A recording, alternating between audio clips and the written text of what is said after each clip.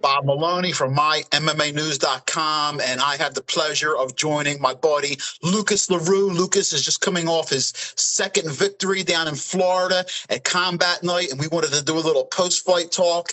Lucas originally was from Pennsylvania, where I met him, was fighting up here before he relocated to Florida. Let me say, Lucas, great to see you, my man. You look like you're still handsome and pretty as ever. You didn't get beat up, getting the victory, and let me say, before we even talk about the fight, how you doing? How's Florida treating you? I'm doing great, Bob. It's great to get to talk to you again. I know it's been a minute. Things are going awesome down here. I love Florida. I just had a big victory last night, or this past weekend. We had a huge crowd coming out and a big night for our whole team. We had about 11 guys fighting on this card this past weekend. So, it was a big thing for our gym, and we all did really, really well, and felt great to get back in the win column after my, last fight for CFFC. I worked on so much stuff to get in massive improvements in my game and overall and everything with my camp. I just think I made a lot of those solid decisions, and they definitely came through for this fight.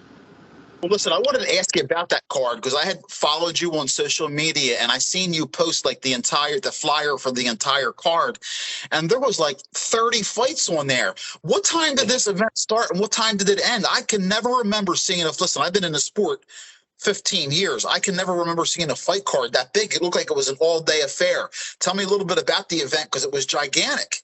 Yeah, 100%. So the head promoter, Mitchell, he's a great dude, and he really, really puts it on for fighters down here. He gives guys tons of opportunities for this kind of stuff. The first bout, I think, went out right after just at 4 p.m. or so, and I think the pro card probably ended about 11:30. But so it was a mixed card. They had a bunch of kickboxing fights mixed in with MMA fights. So, you get like the 3 2-minute round fights, the quicker ones, and stuff like that. But yeah, it was an insanely packed out night as far as like amount of fights. They had a massive AMI card and then a big pro card like after that. It was really cool. It was a pretty star-studded affair as well. A lot of people showed out for that one. I saw Mike Perry was there, Colby Covington, a couple of different guys from down the South area. They showed up.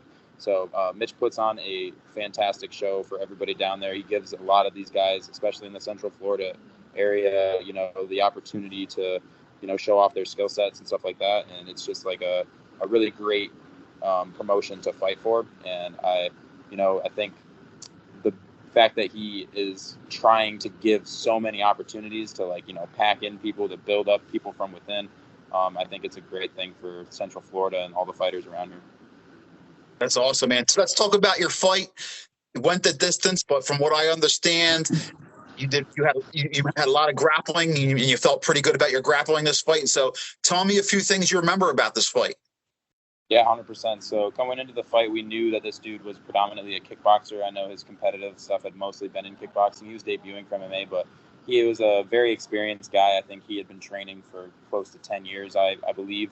So he's one of those guys that always going to be dangerous. Physically, he was just as long, rangy, big as I was. So it wasn't previous fights where I typically am going to have a reach advantage, a height advantage, that kind of thing. It was something where this whole camp, based off of my last fight, where the grappling kind of was something that hindered my ability to win the fight. I really, really hammered that home for the past 5 or 6 months of working with my head coach Mike Lee, really hammering in positional stuff, control. I knew I had slick grappling. I definitely worked my wrestling to a new level during this camp. I feel like I made massive strides in that, working with cage pressure, control positions, and making sure that I can do damage from any point in the fight. So it's great to be a really high level striker and be able to throw hands and stuff like that. But a lot of times these fights, as they get gritty, they get dirty. It's like a grind. You got to be able to push that pace for the full, for my fight, it was 3 3s, so the full 9 minutes.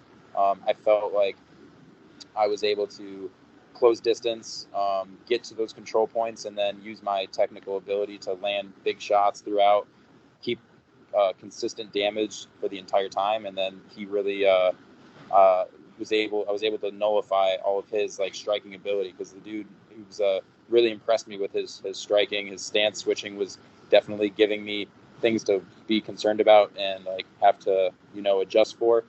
It was a really, really fun fight after I was able to finally watch it back. It definitely did not look like an amateur fight by any means. Both of us definitely looked like professional level fighters at that point. And, shout out to him for coming and being ready to fight and staying, hanging and wanting to throw down. But like I said, the grappling, all of those things, transitions, stuff like that, control points, all of that was like a massive part of this camp.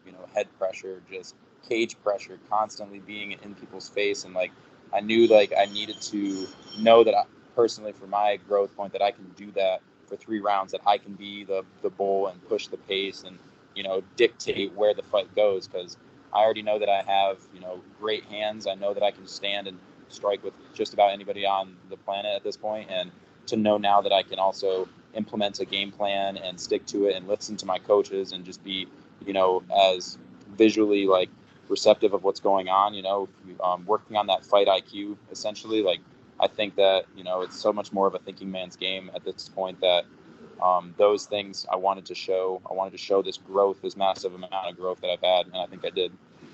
That's fantastic. Listen, it sounds like, you guys over there at Jungle MMA are really, building on the left. To have that many guys on the card, it sounds like you guys are really growing over there.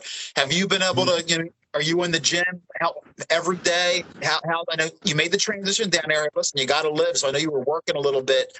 Are you in the gym on a full-time basis? How's your daily life going with getting in the gym and working and things like that? Yeah, 100%. So it's been a great opportunity. The guys here have really, really taken me in. Definitely have made it feel like more like a family aspect and a family avenue. I've come in and really tried to prove to them that I'm serious about this and that this is what I want to do. This is where my dreams are, my aspirations are. So I was able to be hired on here as a trainer. So I do coach. I teach like the fitness classes. They have an affiliate gym in Lake Mary, so I go down there in the evenings to teach the fitness classes, and then I train down there after those. And then the mornings, usually I'm here, doing my real developmental training and foundational stuff. And so I also help like teaching kickboxing classes, jiu-jitsu classes. I recently early this year got promoted to a purple belt, so I was able to get that promotion, which was huge for me to get that coming down here, because obviously I love my gym back in Scranton MMA, but I hadn't had like that,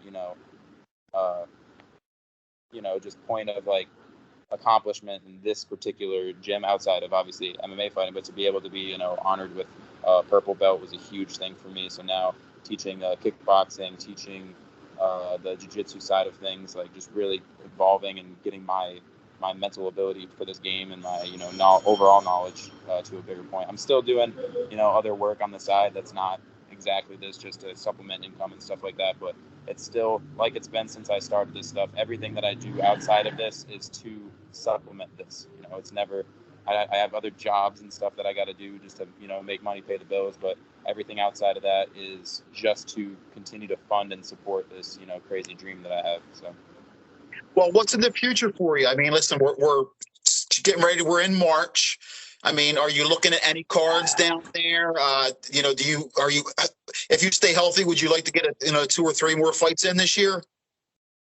Yeah, realistically, so I'm at 4 fights. I know the basic rule is like 5 fights, amateur fights to make your pro debut. So I'm definitely trying to fight again, probably sometime this summer. I think July is probably a good time for me. I want to be able to take some time to focus on, continue to work and build my skill set and stuff like that. Knowing that I have 4 MMA fights at this point, and if I had one more, when I have one more, I'll be able to make that pro debut, and I'll have that conversation, with my coaches, see where we're at, see how we feel about making that change. And like that's the ultimate goal, is to be at my pro debut or around there by the end of this year. So whatever that ends up materializing as, whether it's fighting 2 or 3 times this year or fighting one more time and then making my debut at the end of the year, that's kind of where it's at. And I want to be smart about it. I don't want to jump into, those types of things. I know that, especially coming off of that previous loss, I grew, I feel like my game just got elevated to a crazy point in that such a low time.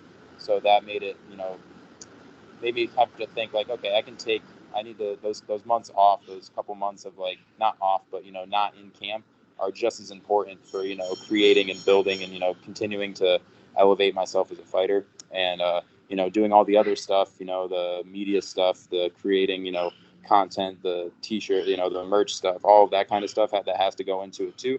Make sure that I'm in this also because I love it, but also for money. So you got to have both of those things and keep your ducks in a row and work on the business side of things as well. So I think this year will be definitely an active year for me. I came out of this fight the most healthy that I've ever been by far. I have no real injuries. I got a little shiner right here. Other than that, that's pretty much it. I'm pretty much started back into training today or tomorrow. So no injuries. Thankfully, this was like a first for me. Usually I come out with something that, keeps me out for a week or two. So it feels good to go 3 hard rounds, push the pace, feel like my cardio is at another level. I got done with that fight and I looked at my coaches. I was like, honestly, I think I got 2 or 3 more of those rounds in me easily right now, so just continuing to elevate, not being too, focusing on the goals, like what's in front of me and what's ahead, but also making sure that I know I got a lot of building to do. I still have a lot of growth in this game. I'm still only 5 years into this. So when I think about it in those terms, like you have guys thinking, like most people say, your prime as a fighter is towards your like late 20s, early 30s. And that's like really exciting for me to know that I feel like at that pro level for sure, but that I'm still constantly growing. Hey, listen, I'm so glad you landed on your feet and found a place that you love and welcomed you. That's got to be difficult originally leaving one state, going someplace where you've never been before and planting your feet and getting new roots started. So I'm thrilled for you. You've always been a hard worker, a guy I always rooted for. Let's stay in touch. Before we go, give some shout outs or some love to your training partners, coaches, sponsors, anybody you want, my man. Absolutely. So definitely number one shout out is going to be this gym right here, the Jungle MMA and Fitness. My head coaches, Coach Mike Lee, Coach Alec Brooks, Coach Drew Hoop. We have so many guys in here, Miles Amos, all these guys that have been helping me get ready, Roman Fedorov, who fought this past weekend, all my training partners, and then also a big, huge shout out to my nutritionist, Eric Pena. I hired him for this camp, and I think it made such a significant impact in my ability and how I felt going into that. He made my weight cut seamless. He made my rehydration perfect to where I walked into there feeling as fresh as I could, and like I really, really think it showed. So shout out to him, Pena Performance Nutrition. That dude has been a huge help, obviously my family and my boy back home, Matt Marcinic, my mental coach. He's been always in my corner. So shout out to all of those people, and it's only up from here for me. Lucas LaRue, keep on grinding, my man. Nothing but the best for you. Whether you're going pro by the end of the year or next year, I know it's coming because you got that work ethic and you're talented, and it's always a pleasure to talk to you. My MMA News appreciate your time, and we will talk to you soon, my brother. Of course, Bob. Thank you so much, man. I always appreciate talking to you as well. Absolutely.